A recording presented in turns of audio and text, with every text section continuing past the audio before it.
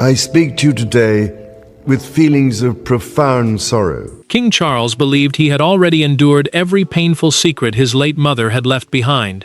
But when Princess Anne entered his private sitting room, carrying a sealed document bearing Queen Elizabeth's personal mark, the monarch immediately sensed that this was no ordinary family record. What Anne revealed about Prince Harry's future did not merely surprise Charles. It broke through the emotional defenses he had spent years building. Before we go deeper into what this really means for the royal family, make sure to subscribe so you don't miss a single update.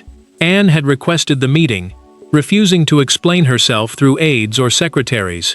She entered Windsor carrying a sealed file and placed it before her brother. Charles watched her hand remain on the cover. That hesitation told him the truth before she spoke. This was personal, this was dangerous, and it had been waiting for him.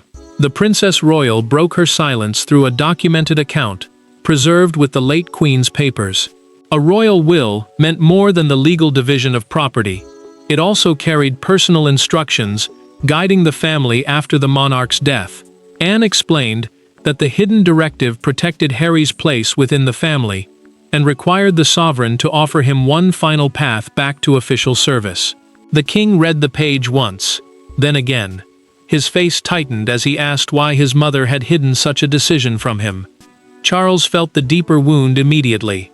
Elizabeth had not merely anticipated conflict between father and son.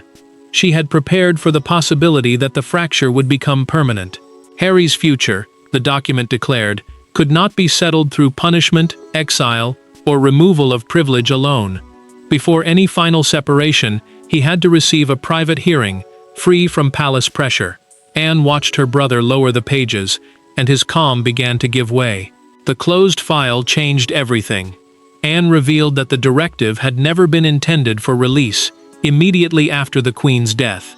It was to remain sealed until Charles reached what the document called a moment of irreversible judgment concerning Harry. The phrase struck him with brutal force. He placed his spectacles beside the papers, gripped the arm of his chair, and admitted that his mother had forced him to face the decision he feared most. Anne did not soften what came next. She warned that the will contained a second instruction, one that would directly limit the monarch's freedom once Harry returned. But before Charles could decide whether to obey his mother's final command, he had to confront why the Queen had entrusted Anne, and not her eldest son, with the power to reveal it. Behind the crowns, titles, and carefully controlled statements stood three people bound by something far more painful than royal duty. Charles was a father wounded by rejection. Harry was a son convinced that returning would mean surrendering everything he had fought to protect.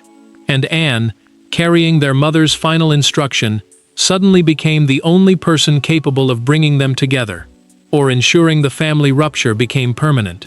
Charles remained seated after reading the hidden pages, but the stillness did not mean calm. He saw his younger son's departure as more than a constitutional problem, meaning a crisis that could affect the crown's stability, public role, and future authority. To the king, it had also been a personal abandonment.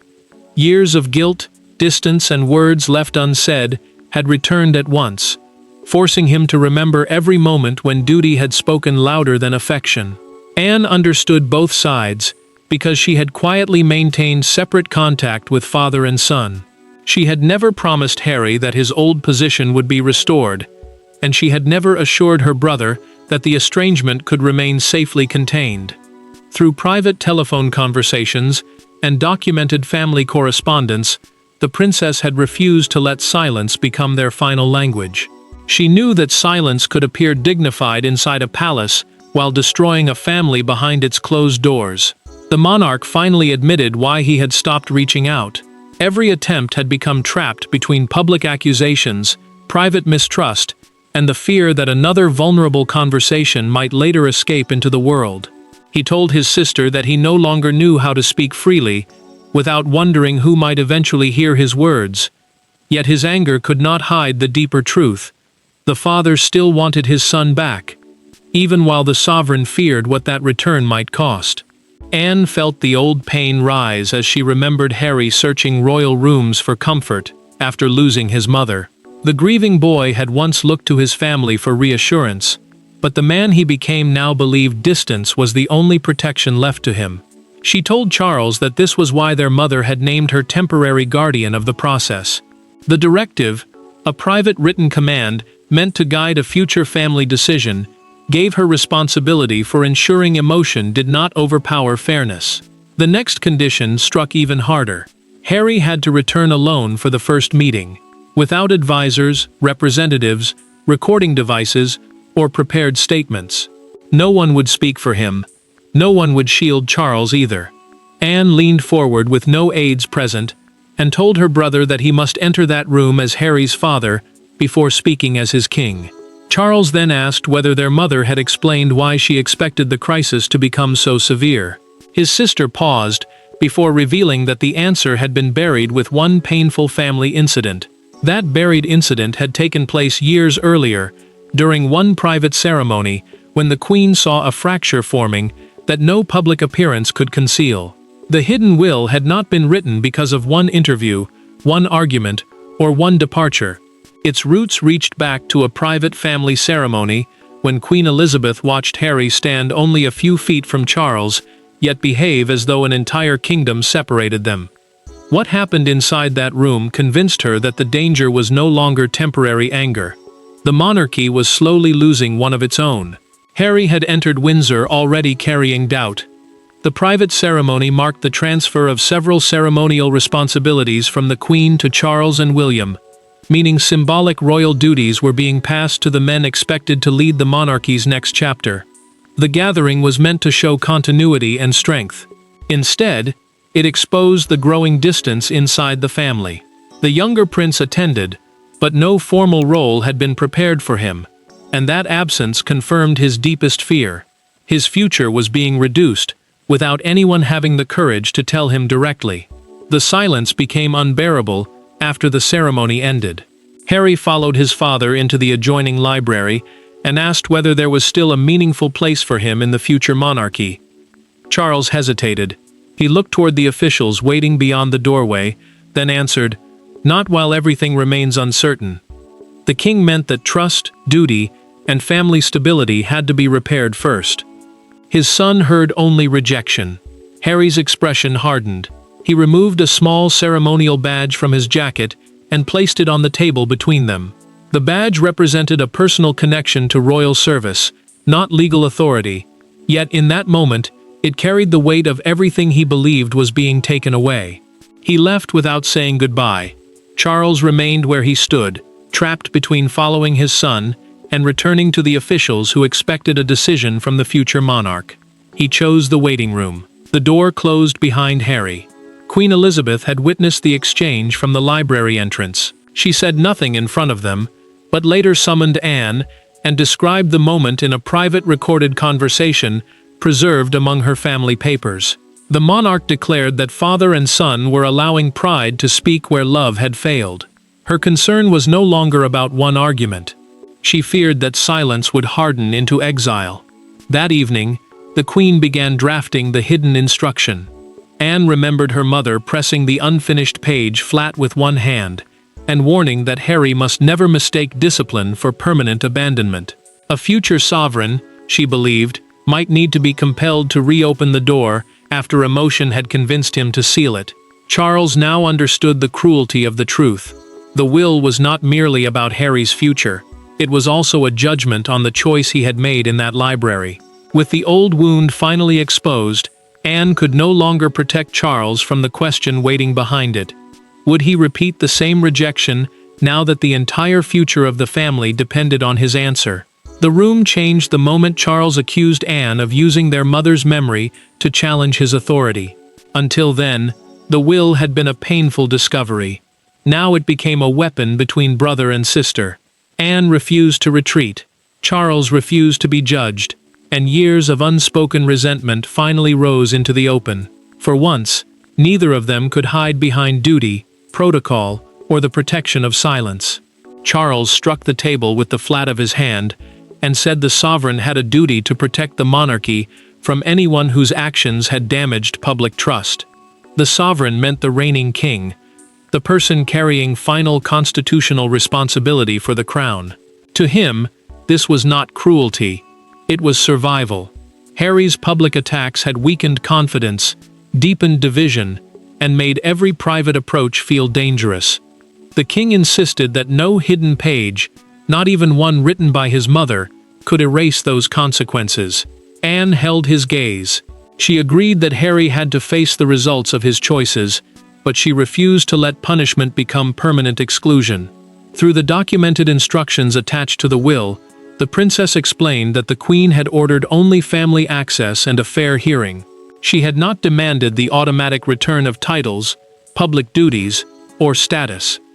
That distinction mattered because it protected the monarchy without pretending a wounded son had ceased to belong. Charles then asked the question he had been avoiding. Did his sister believe he had failed as both king and father? The words came hard, almost angry, but the pain beneath them was unmistakable. Anne paused because she knew the answer would wound him. Then she said his fear of renewed humiliation had become stronger than his desire to understand Harry. The accusation landed with brutal force. For years, he had told himself caution was wisdom. Now she was calling it fear. Anne reached for the second sealed page and opened it through the Queen's recorded legal instructions. The new command was absolute. Until Harry received the private hearing, no irreversible action could be taken against his remaining family position. Charles immediately understood what that meant. A final order concerning his son had already been prepared for his signature, and signing it now would directly violate his mother's written command. The king rose so sharply that his chair moved backward. Anne remained seated and slid the unsigned order beside the hidden will. Nothing separated the two documents now, except one decision. She told him their mother had feared this exact moment, that he would choose institutional certainty over his own child, because certainty felt safer than love. Charles's anger broke. Grief took its place. He looked down at the pages and asked who else knew. Anne answered through the private family communication she had already authorized. One person had been informed, and that person was preparing to intervene. The approaching intervention would transform a private family dispute into a struggle over who truly controlled Harry's final place within the monarchy. Prince William entered the dispute, carrying the authority of the future, but Anne was waiting with the authority of the past. One represented the monarchy that would soon exist. The other carried the final command of the woman who had held it together for 70 years. Between them stood Charles, grieving, defensive, and increasingly aware that the decision about Harry could determine more than one man's fate. It could define the next reign. William had been summoned because any decision about his brother would shape the monarchy he was expected to inherit. The future reign depended on trust between senior royals, clear working roles, and the belief that private conflict would not repeatedly become public crisis.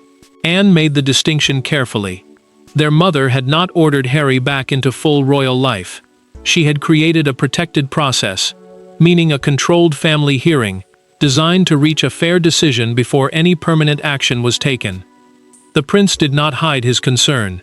Through a private recorded conversation held for the family account, he admitted that he no longer knew whether words spoken to Harry as a brother would remain private once the meeting ended. William had spent years watching personal pain become public argument, and that history had changed him. He still carried love for his brother, but love no longer came without caution. Charles felt trapped between two futures. He wanted to protect the son, who would one day inherit the crown, yet he could not ignore the suffering of the son who had already walked away. The king knew that supporting William too strongly might make Harry believe the verdict had been decided before he returned, but offering too much freedom might leave the future monarch exposed to another wound. Anne then opened the section of the will, naming her temporary supervisor of the first meeting. Her authority allowed her to record whether both sides acted in good faith, which meant whether they spoke honestly, listened fairly, and avoided turning the discussion into another weapon. William read the instruction without interruption. Then he found the handwritten sentence beneath it. The Queen's words were direct. No heir should build stability by pretending a wounded brother never existed. William folded his arms and stared at the floor. The line challenged everything he had been telling himself about distance, strength, and control. After a long silence, he asked Anne whether Harry had already been told. The princess answered through a documented private message she had sent using the Queen's family code, a phrase known only to the closest relatives. The message contained no promise and no explanation. It gave Harry only the code and a date for his return. Charles had barely begun to respond when his private secretary entered with confirmation that Harry had answered. The room fell silent. His reply was not a demand, a refusal, or a threat. Harry's reply would force the palace to move before Charles, William, or Anne had time to agree on what reconciliation was supposed to look like. Harry did not demand guarantees, issue conditions, or release a public statement. His answer contained only 6 words: "I will come, for her sake." The simplicity of the response unsettled Charles more than anger would have. It removed every excuse to delay. Within hours, locked rooms were reopened.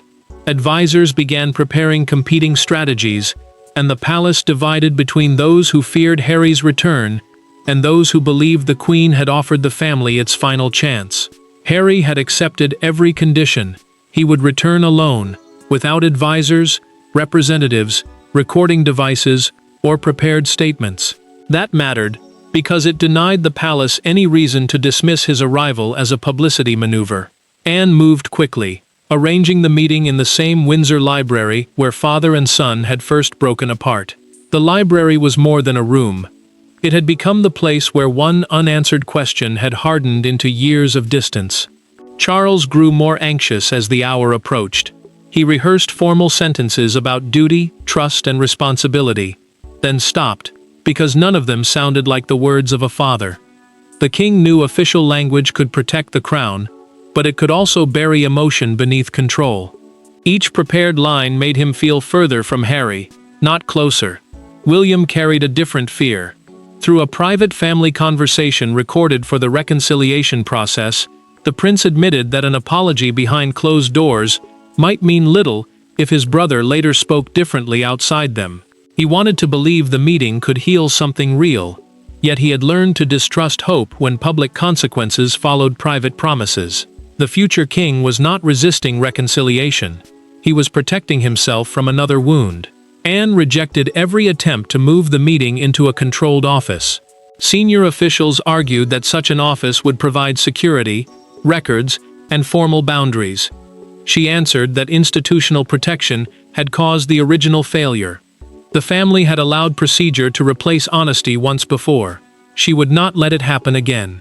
The discovery came minutes later. Attached beneath the hidden will was a final sealed note addressed jointly to Charles and Harry. The instruction was plain. It could be opened only if both men entered the library voluntarily. No command could force the moment. No advisor could witness it. Their mother had left them one last choice. Charles stood alone before meeting his son. He removed a royal insignia from his jacket and placed it inside a drawer, stripping away the visible symbol of office. Camilla watched him close it and understood the truth. This was no longer about controlling scandal. He was preparing to face the child he feared he had already lost. Harry arrived before sunset, but he did not enter. He turned to Anne and asked the only question that mattered. His question was painfully simple. Would Charles speak to him as a father, or had the king already decided the verdict? There were no aides in the library, no legal representatives, and no prepared cameras waiting beyond the door. Charles stood beside the same table where Harry had once abandoned his ceremonial badge. The prince entered slowly, carrying years of anger behind a controlled expression. For several seconds, neither man spoke. Then Charles did something Harry had not expected. He stepped away from the head of the table and chose the chair beside his son. Anne had escorted Harry to the library, but she remained outside because the Queen's final instruction required the first exchange to happen without institutional interference. That phrase meant no officials, advisors, or formal palace machinery could shape the opening conversation. The moment mattered because father and son had failed once before when duty entered the room, before honesty did. This time, neither man would have anyone else to blame for what was said. Charles spoke first. He proposed one condition. Nothing from the opening conversation would be publicly attributed to either of them. Harry agreed, but his voice remained guarded. Through the private family account created for the reconciliation process, the prince told his father that he had stopped believing private love mattered when public decisions repeatedly made him feel disposable. He said affection behind closed doors could not heal the damage of being treated as a problem outside them. Harry's words struck harder than accusation. The king admitted that anger had become easier than acknowledging how deeply his son's departure had wounded him. Anger gave him structure. Grief did not. He confessed that every public attack had made him feel rejected, yet every silence had made him fear the relationship was already dead. For the first time, the monarch was not defending a decision. He was admitting pain. The sealed note waited between them. Together they opened the Queen's final message, a private written instruction meant only for that voluntary meeting. She asked neither man to erase the past. She asked them to stop using it as permission for permanent separation. The words changed the room because they demanded responsibility from both sides, not victory for one. Harry then revealed, through the recorded private conversation, that he did not seek an immediate return to royal duty. He wanted recognition that distance from the institution should not mean expulsion from the family. Charles listened without interrupting. The king reached into the drawer and removed the ceremonial badge his son had abandoned years earlier. He placed it between them, but did not ask Harry to wear it again. The prince left it on the table, then rested his hand over it, and agreed to begin a private process of reconciliation. When the door opened, Anne understood at once. No title had returned. No agreement had been signed. Yet something more important had shifted. The family had achieved a fragile peace in private. Yet the moment the palace confirmed Harry's return, the outside world demanded to know whether forgiveness had rewritten the future. By morning, the private meeting had become the only story Britain wanted to discuss. Some saw Harry's return as an act of courage. Others called it a threat to the stability William was preparing to inherit. Yet beneath the headlines, one image captured the country's attention more powerfully than any debate. Two brothers leaving separate palace entrances while their father remained inside, holding the document that had forced them all to reconsider what family meant. The palace confirmed through a formal written statement that Harry had met privately with Charles under a family process created by Queen Elizabeth's final wishes. A reconciliation framework meant a structured period of private meetings designed to rebuild trust before any lasting decision was made. Officials stressed that no titles, public duties, funding arrangements, or constitutional positions had been restored. The meeting had opened a door, but it had not rewritten the royal order overnight. William felt exposed almost immediately. Commentators began describing him as the silent obstacle to reconciliation, even though the prince had agreed to let the process continue. He feared the public would turn a painful family crisis into another contest between brothers. Harry carried the same fear from the other side. He had returned to face his father, not to compete with the future king for sympathy, status, or headlines. Charles watched the debate grow and felt the purpose of the meeting slipping away. The king had hoped the first public response might recognize the personal repair his mother had demanded. Instead, every discussion seemed to search for a winner and a loser.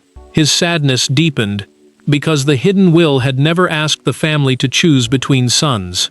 It had asked them to stop treating separation as the easiest form of control. The next announcement changed the tone. Through a documented palace briefing, officials confirmed that Anne would oversee a 6-month private reconciliation framework before any permanent family decision was recorded. She would ensure that promises were kept, conversations remained protected, and neither side used the process for public advantage. The princess knew the responsibility would test everyone, but she accepted it because the queen's first purpose had already been achieved. Father and son had spoken. Outside Buckingham Palace, a crowd gathered beneath heavy rain as newspapers displayed the front-page headline, "The Queen's Last Command, Bring Him Home." A national broadcaster called the meeting the monarchy's most personal reckoning in a generation. The words spread quickly, but the truth remained quieter.